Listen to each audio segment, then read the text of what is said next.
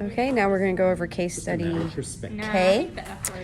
Question number 7 is, which of the following is required action for this program? The answer was D, written informed consent from signed by parents or legal guardians of all children who participate.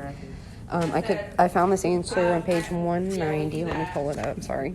Instead of where people say Jesus Christ when they're cussing, You used to get on Marcus. All right, so informed consent, another ethical consideration, requires educating a subject in a research study about the study purpose, duration, experimental procedures, alternative risk and benefits. It requires information to be presented so that the prospective research subjects can voluntarily decide whether or not to participate. So it is a fundamental mechanism to ensure respect for persons by having them give thoughtful consent for a voluntary act. Human study participation must always be voluntary. In the past, research projects conducted at closed institutions, yada, yada, yada. So that's...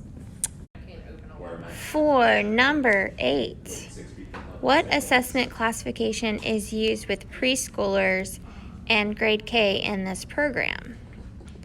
In the case study, it talks about a screening that uses a tongue blade and available light source. And in this handy chart on page 166, we have the types of examinations. Type 4 is a screening using tongue depressor and available light. He literally hates her. Interesting. So we chose D.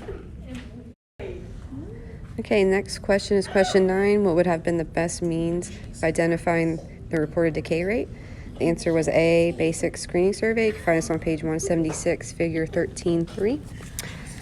We have it right here, and then there's a definition. So it's just descriptive surveys that collect information on the observed oral health of participants.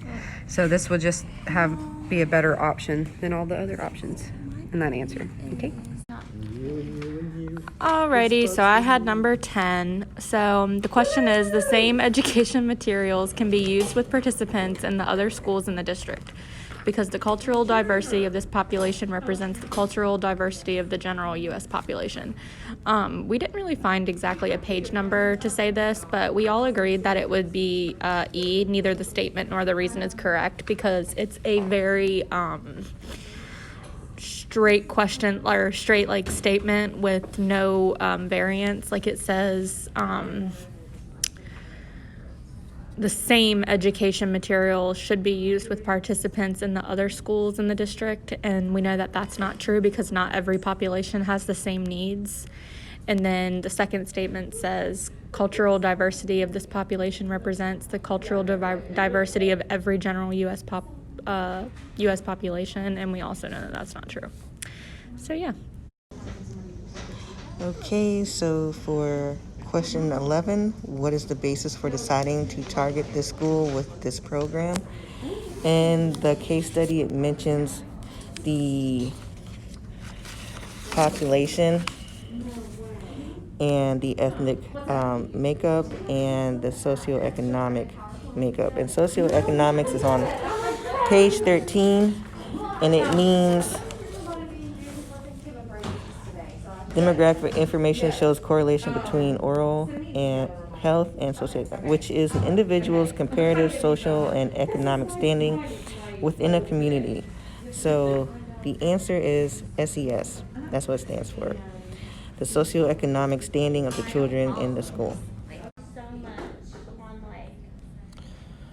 Okay, for number 12, we chose the answer of A. There wasn't really a page number for it, but of the answers given, we decided A made the most sense. If community leaders can get behind the case for fluoridated water, it's more likely that the people they serve in their communities will get behind it, which means an overall move toward fluoridation in the community itself.